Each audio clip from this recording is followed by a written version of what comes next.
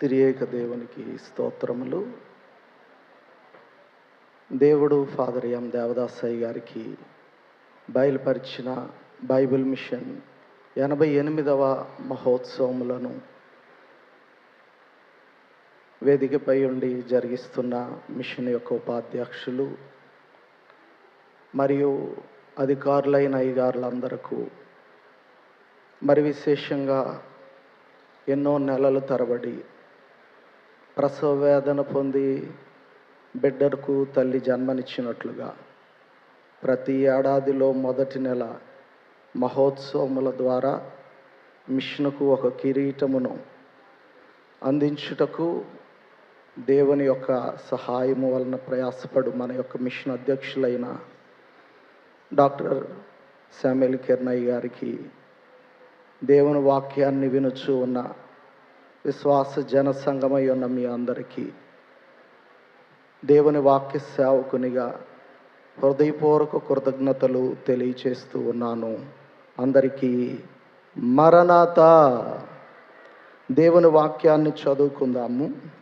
పరిశుద్ధ గ్రంథములో నుండి ఎహెజ్కేలు గ్రంథము 22వ అధ్యాయము 30వ వచనాన్ని మనం చదువుకున్నట్లయితే, నేను చదువుతున్నాను, దయచేసి చూడండి.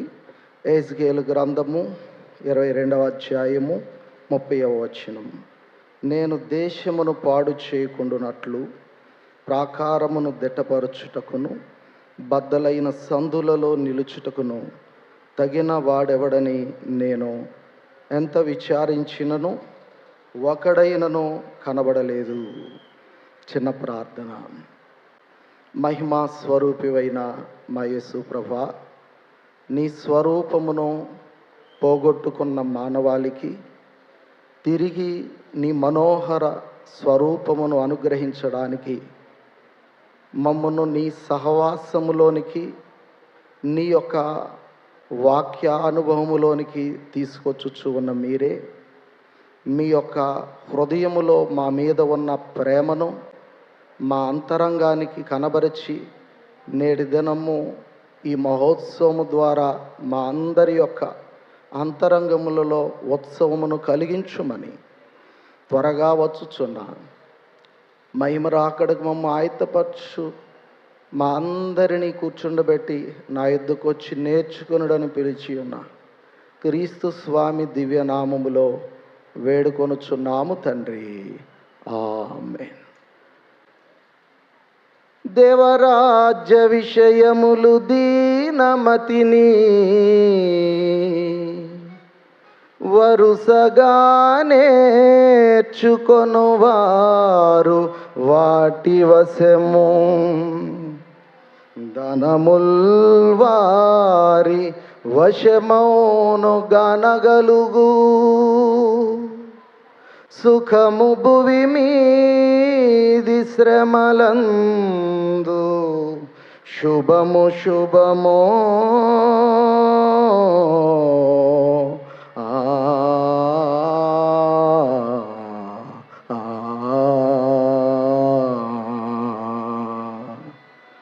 దేవుని యొక్క వాక్యాన్ని వినుచున్న ఆయన పిల్లలారా, నేటి దినమందు మన యొక్క వాక్యాంశం ఏమిటనగా, బద్దలైన సందులలో నిలుచుటకు తగిన వాడెవడు. మరొకసారి, బద్దలైన సందులలో నిలుచుటకు తగిన వాడెవడు. దేవుని యొక్క వాక్యమును గూర్చి ప్రభువు చెప్తూ, నా మాటలు భూమి ఆకాశాలు గతించిన ఎంత మాత్రమునో నా మాటలు గతింపనేరవు అని సెలవిచ్చి తన మాటలను మనకు ఈ భూమి కన్నా ఆకాశము కన్నా గొప్పవి మనకిచ్చారు కదా. వాటి ఎడల మన స్పందన ఎలాగున్నదో ఒకసారి వాక్య గ్రంథాలు కలిగిన క్రైస్తవ జనసంఘమైన మనం, బైబిలు మిషను అని పేరు కలిగిన బైబిల్ గ్రంథాన్ని కలిగి ఉన్న మనం, ఆయన మాటల ఎడల ఎలాగున మనము స్పందిస్తూ ఉన్నామో జాగరూకత కలిగి చూచుకొనవలసిన వారమై ఉన్నాం. మత్తయి సువార్త 24:35లో ప్రభు అన్నారు, భూమి ఆకాశము కంటే వెండి బంగారముల కంటే గొప్పదైన నా మాటలు ఈ భూమి ఆకాశాలు గతించిపోవు అనే భావముతో ప్రభు మాట్లాడారు కదా. మరి ఆ మాటల పట్ల మన భావము ఎలాగున్నది?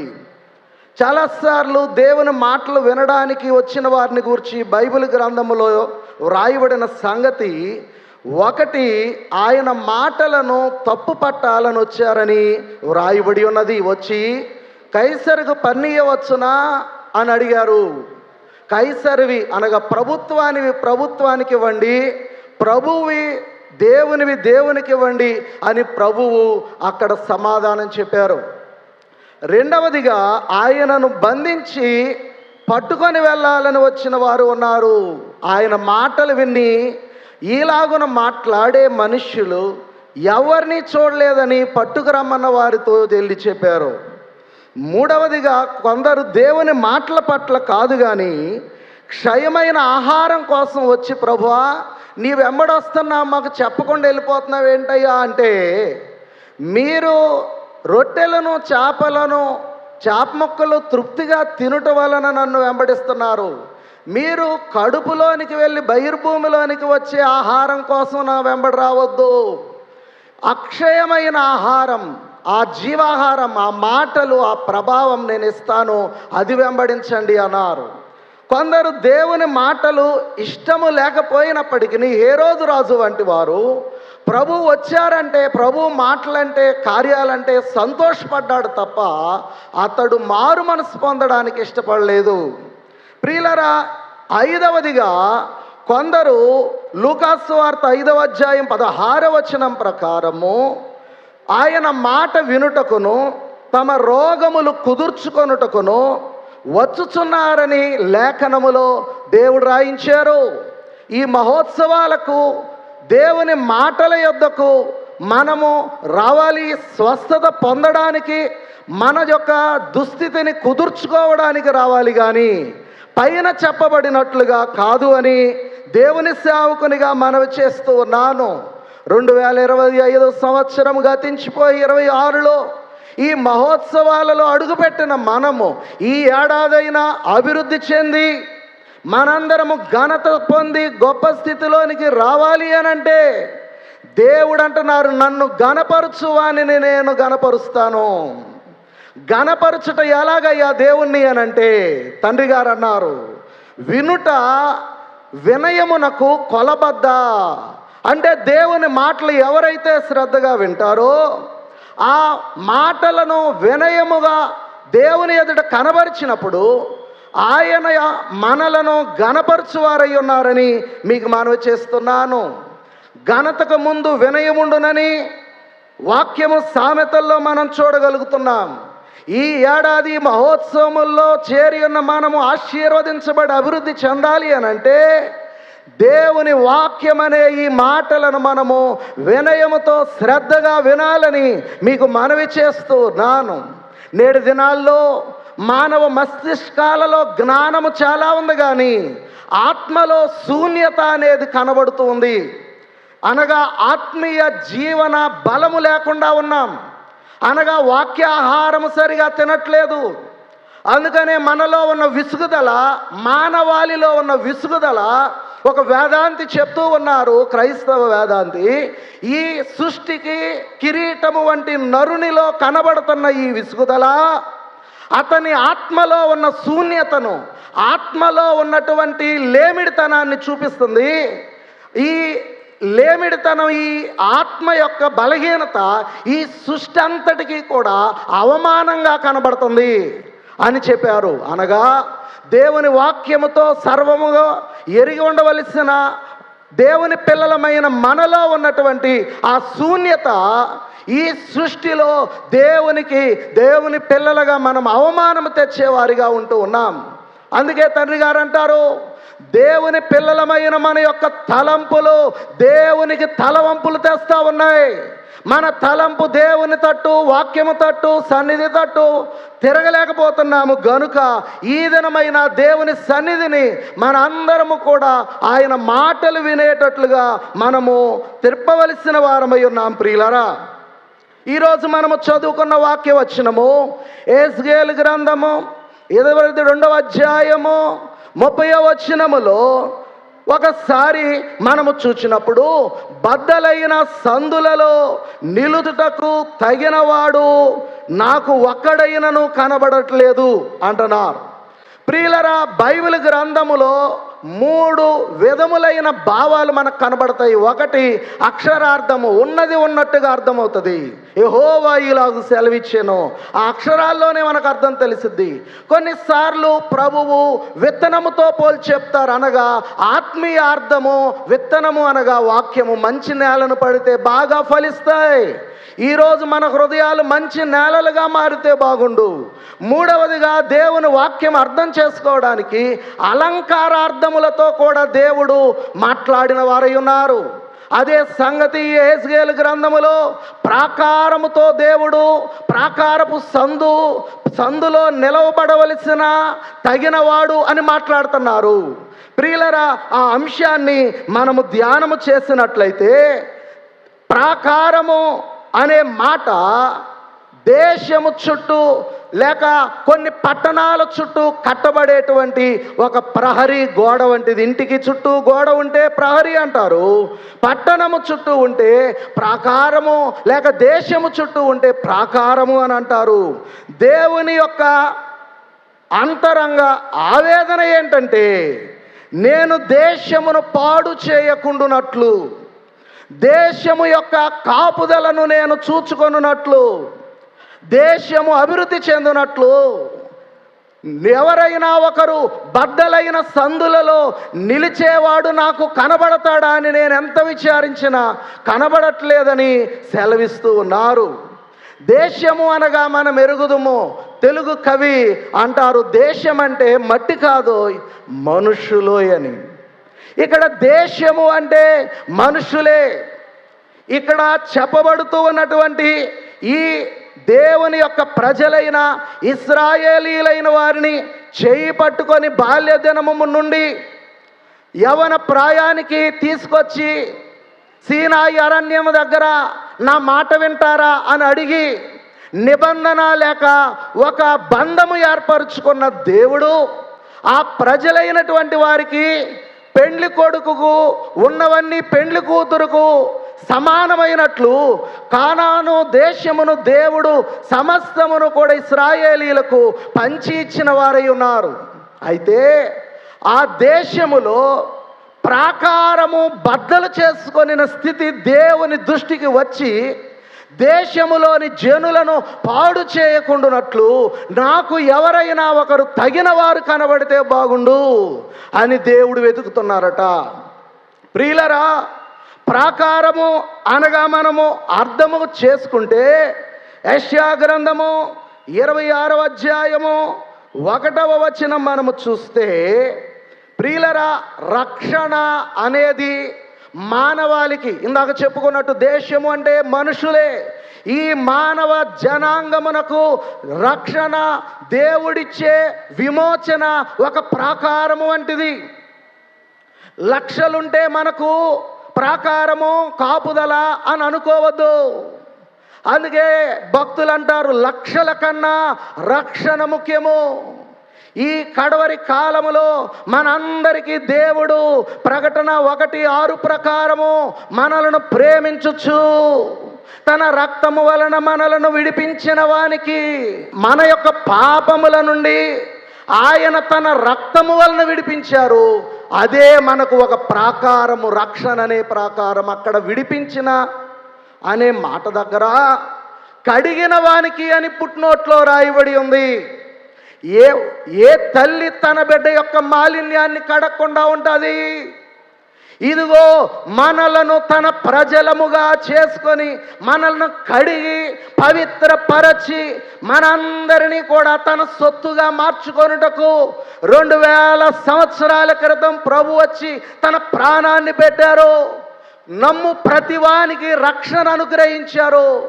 ఆయన రక్షణ లేని వారిగా మనం ఉండడమే ప్రాకారమును బద్దలు చేసుకొనుట.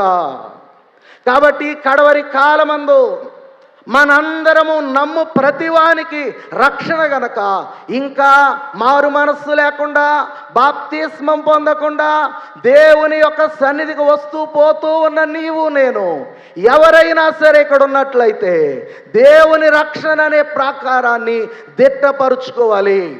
ప్రియులరా, రెండవదిగా చూస్తే శ్రమానుభవము అనే ప్రాకారము 119వ కీర్తన 71, 75 వచనాలలో మనము చూసినప్పుడు దేవుని యొక్క వాక్యము మనకు సెలవిచ్చేటువంటి మాట ఏమిటి అనంటే, ప్రియులరా, విశ్వాస్యత గలవాడవై నీవు నన్ను శ్రమపరిచితివని నేను ఎరుగుదును.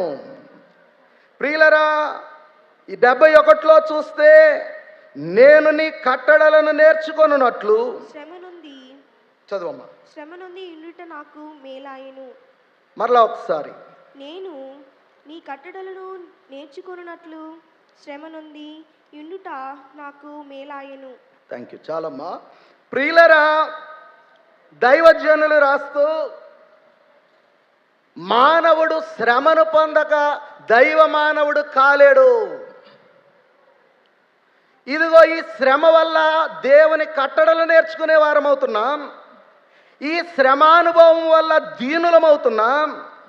ఈ శ్రమానుభవం వల్ల దైవ మానవులం అవుతున్నాం. కానీ చాలామంది 22వ కీర్తన నేను దాటిపోయి 23వ కీర్తన అనుభవించాలి, నాకొద్దు 22 అనుకుంటున్నారు.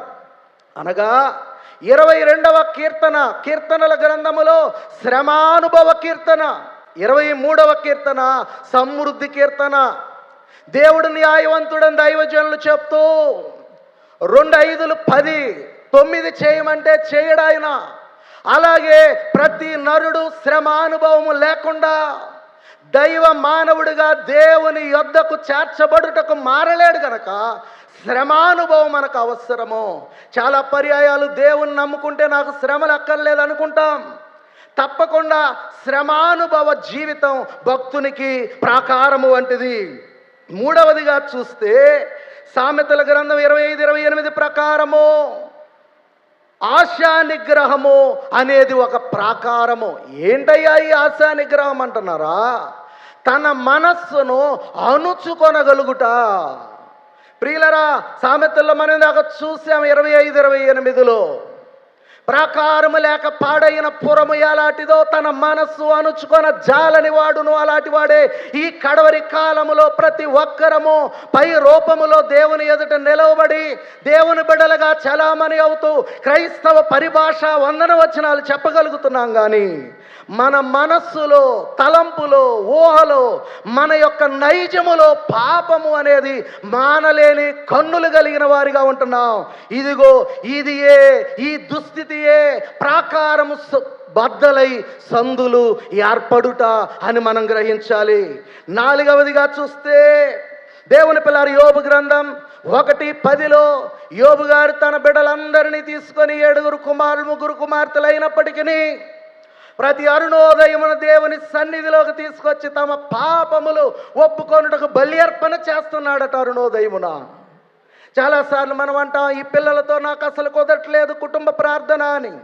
దేవదాసయ్య గారు అంటారు, ఎంత తక్కువ సమయమైనను కుటుంబ ప్రార్థన చేసి తీరవలెను. మదర్ తెరిసా గారు నాడు అడిగారు, ప్రపంచ శాంతికి కారణమేమమ్మా అని అడిగితే ఆమె అన్నారు, కుటుంబములో శాంతి మొదలైతే ప్రపంచములో శాంతి ఉంటుంది అని.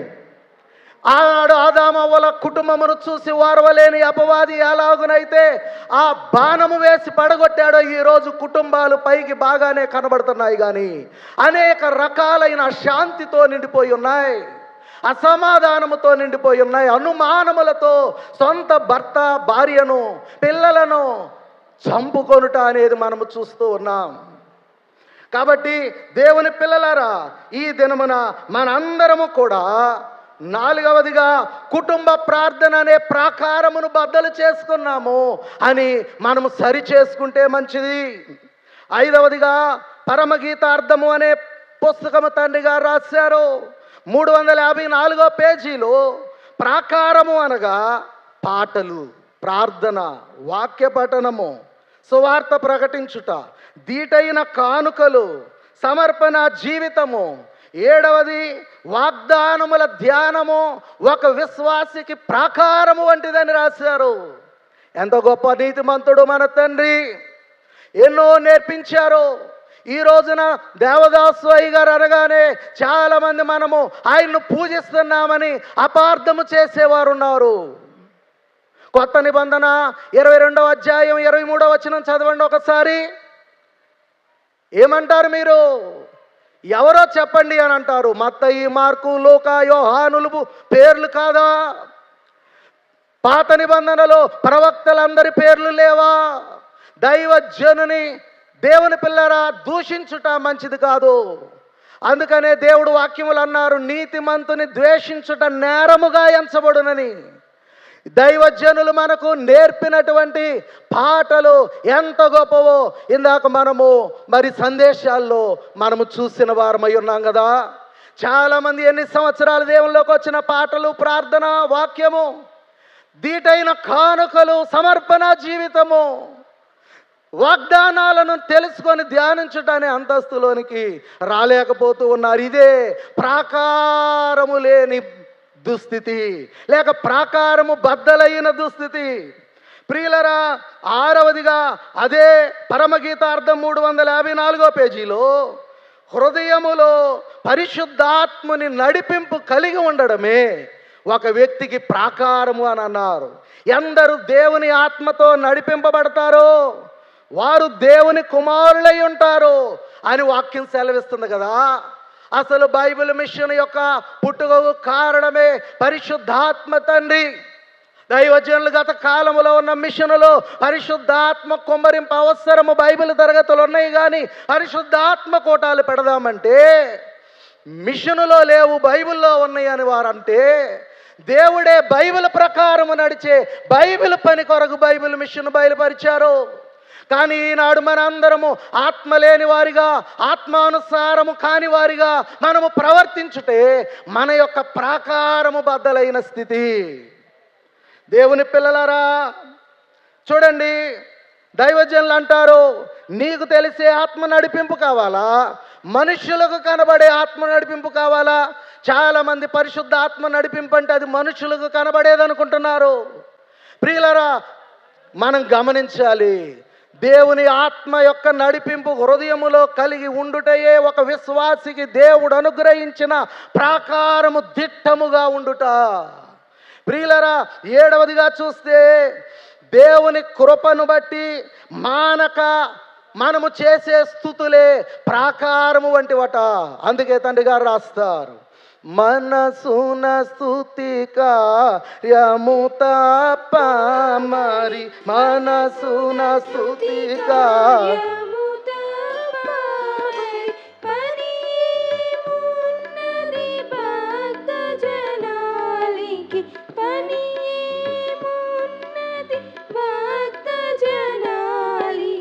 చాలా మా అందరికీ మరణాత. ప్రాకారము అంటే ఏమిటో మనము చూసాం కదా. ఈ ప్రాకారమునకు ఏమి ఏర్పడింది అని అంటే సందు ఏర్పడింది అనేది దేవుని యొక్క ఆవేదన. సందు అనగా అతిక్రమించుట. దేవుని యొక్క నిబంధన ప్రజలమైన మనము దేవుని మాటను మేరడమే దేవుడు అనుగ్రహించిన కాపుదలకు, రక్షణకు, సమస్త విధములైన మేలులకు అది ఒక సందు ఏర్పడి దేవుడు నాశనమును కుమ్మరించుటకు ఆయన 31వ వచనములో చూసినట్టు యెజ్కేలు గ్రంథం 22:31లో మనం చూస్తున్నాం. కాబట్టి సందు అనగా అతిక్రమించుట, దేవుని మాటను ఉల్లంఘించుట, దేవుని మాటను మీరి తప్పిపోవుట. సందు అనగా దేవునితో దేవుని యొక్క సహవాసంతో ఘర్షణ పడి పక్కకు జరుగుట. ఈ రీతిగా రోమాపత్రిక 9వ అధ్యాయము 4-5 వచనాల ప్రకారము నిబంధన ప్రజలు, దత్తపుత్రత్వము, మహిమయు, 4వదిగా ధర్మశాస్త్ర ప్రధానమును, 5వదిగా అర్చనాచారాదులు, 6వదిగా వాగ్దానాలు, 7వదిగా శరీరమును బట్టి క్రీస్తు ప్రభువు పుట్టిన జనాంగమైన దేవుని ప్రజలనబడే ఈ ఇశ్రాయేలీయులు తమ యొక్క పాపమును బట్టి సందు ఏర్పడేటట్టు బద్దలయ్యేటట్టు చేసుకున్నారట. ప్రియులరా, ఈ నవీన కాలములో కూడా, ఈ కొత్త ఏడాదిలో కూడా ఆ మాటకు వస్తే ఆల్ఫా జనరేషన్ దాటి బీటా జనరేషన్ అనబడే ఒక కొత్త తరము మధ్య కనబడుతున్న దుస్థితి ఏంటంటే, మనస్సు నిలకడలేని తనముతో రకరకాలైనటువంటి దురితేచ్ఛలతో దేవునికి చోటివ్వనొల్లని ప్రజలు తమ కడుపే దేవుడుగా చూచి సుఖానుభవమును దేవుని కంటే ఎక్కువగా ఆశించే తరము మనము చూచుచూ ఉన్నాం. కాబట్టి దేవుని పిల్లారా, ఈ దేశము ప్రాకారము సందులు ఏర్పడుటలో ఎవరెవరున్నారయ్యా అని ఆ 22వ అధ్యాయములో మనము చూస్తే 5 రకములైన ప్రజలు కనబడుతున్నారు. 1 ప్రధానులు. 22వ అధ్యాయమే నేను చెప్తోంది 6 నుండి 13. ప్రియులరా, ప్రధానులైన వారు 18 రకాలైన పాపాలు అక్కడ చేస్తున్నట్టు కనబడుతుంది. సమయం స్వల్పం గనుక అవన్నీ నేను చెప్పడం లేదు, కానీ మీరు చూసుకోండి. ప్రియులరా, ప్రధానులైన వారు దేవునికి నరులకు సమాధానకర్తలుగా ముందుని నడిపించవలసిన వారై ఉండి కూడా దేశము యొక్క నాశనానికి కారణమవుతూ ఉన్నారు. ప్రియులరా, ప్రధానత్వము దేవుడు లూసిఫర్కి ఇస్తే ఏ రీతిగా పాడు చేసుకుందో అనేకులు తమ ప్రధానత్వమును పాడు చేసుకుంటూ యెహెజ్కేలు గ్రంథములో ఉన్నట్టు ఇశ్రాయేలీయుల యొక్క చెరకాలము బబులోనులో ఈ యెహెజ్కేలు ద్వారా దేవుడు ప్రవచింపచేస్తున్న సంగతి, మీ దేశములో శేషించి ఉన్న ప్రజలైనా, ఇక్కడకు బబులోనికి బానిసలుగా తేబడిన మీరైనా ప్రధానులైన వారు పాపం చేస్తున్నారు. 2వది ప్రవక్తలైన వారు. 22వ అధ్యాయమే 25 నుండి 28వ వచనం కూడా చూస్తే 8 రకాల పాపాలు మనము చూస్తూ ఉంటాం. ప్రియులారా, దేశమునకు ప్రధానులైన వారు లేక కుటుంబమునకు ప్రధానులైన వారు, ప్రియులరా, దేవుని దీవెనకు శిరస్సు వంచి దేవుని ఎదుట ఉండాలి, కానీ పాపములతో నిండి ఉండుట విచారం. అందుకే బద్దలైంది సందో అని దేవుడు అంటూ ఉన్నారు. ప్రియులరా, దైవ జనులైన మన ఆత్మీయ తండ్రి గారు మనకెంతో మార్గదర్శకత్వముతో, ప్రియులరా, కనీసము ఎవరైనా పండగ పూట నాడు సంక్రాంతి కాలములో సభలు జరిగేవి కనుక బట్టలు తెస్తుంటే నాకు వద్దు, కానీ ఈ సొమ్ముతో దేవుని సువార్త పత్రికలు అచ్చువేసి ఇస్తే నేను మరి అనేకులకు సువార్త ప్రకటించగలను అనేవారట. అలాగుననే ప్రియులరా, డాక్టర్ సెల్వరాజయ్య గారు కూడా మరి డబ్బులు తీసుకోండి కానుకంటే నా పిల్లల దీవెన పోగొడదాం అనుకుంటున్నారా అని అనేవారట. ప్రియులారా, ఈ కడవరి కాలములో మనందరము కూడా లోకములో ఉన్న వాటిని కాక మనందరము ప్రభువును ప్రేమించవలసిన వారమై ఉన్నాము. ప్రియులరా, 3వదిగా చూస్తే యాజకులు 27వ వచనములో, అదే 22వ అధ్యాయములో ప్రియులరా 4 రకాలైన పాపాలు చేస్తూ ఉన్నారు. ప్రియులరా, దేవుని యాజకులైన వారు, దైవజనులు అన్నారు. జ్ఞాతవ్యం అనే పుస్తకాల్లో జకర్యా వంటి మూగతనాన్ని అనుభవిస్తున్నారు, వాక్కు పడిపోయిన వారై ఉన్నారు, ఆత్మ లేని వారై ఉంటున్నారు, దేవుని పనిని కూలికి చేయువారై ఉన్నారు అని మాట్లాడుతూ ఉన్నారు. ఆనాడు ఆ ఇశ్రాయేలీలైనటువంటి వారి దినాల్లో కూడా యాజకులు చేసినట్టు నేటి దినములలో ఉన్న యాజకత్వములో ఉన్న మన అందరము కూడా బహు జాగరూకత కలిగి ఉండాలి.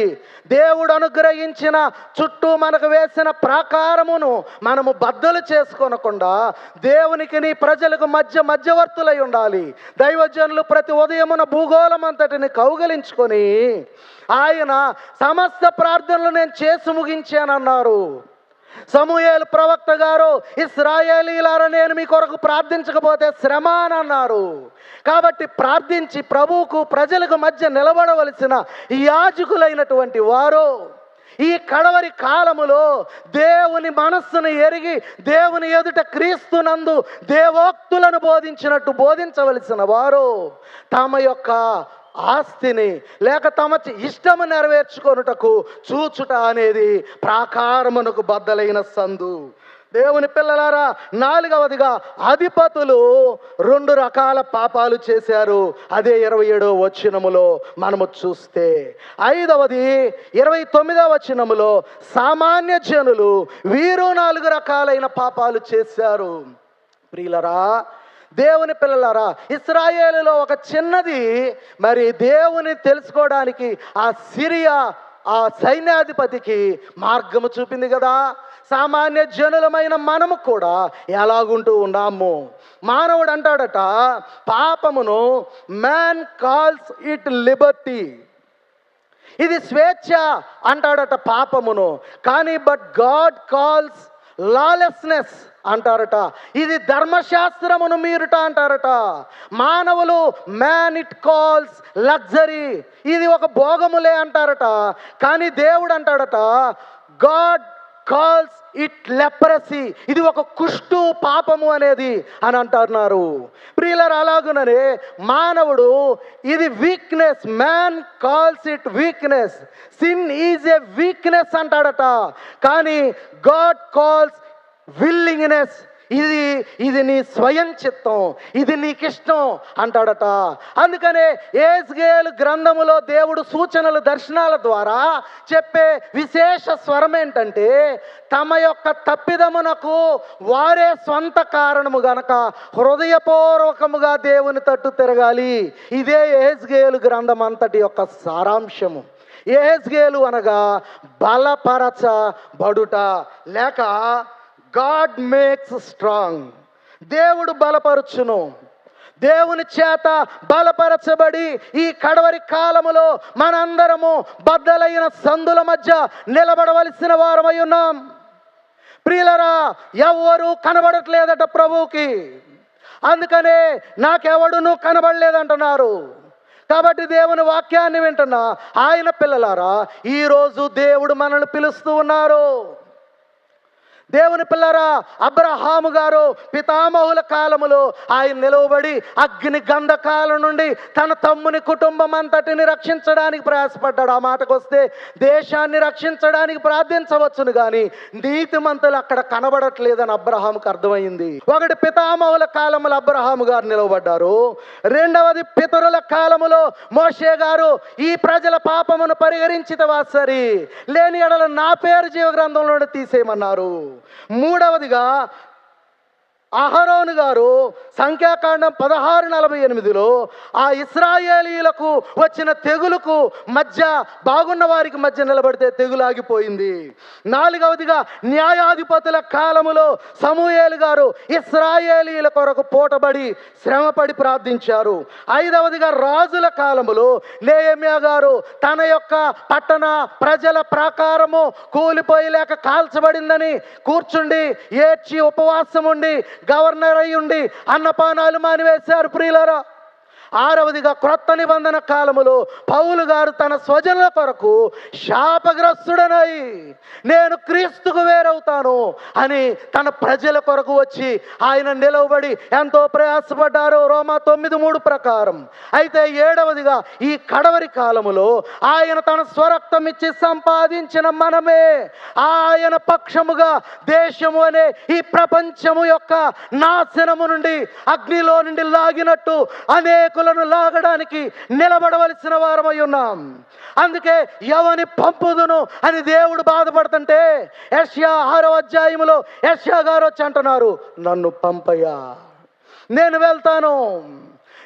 వెళ్తాను అని ఆయన నిలబడ్డట్లు ఈ ఏడాది దేవుని పక్షంగా మనము నిలవబడడానికి ఈ 77వ గణతంత్ర దినోత్సవం నాడు దేవుడు మనందరినీ కూడా రాజ్యాంగము మనము సొంతంగా పాలించుకునే పరిపాలన మనకు భారతదేశానికి వచ్చి 77 ఏండ్లయింది.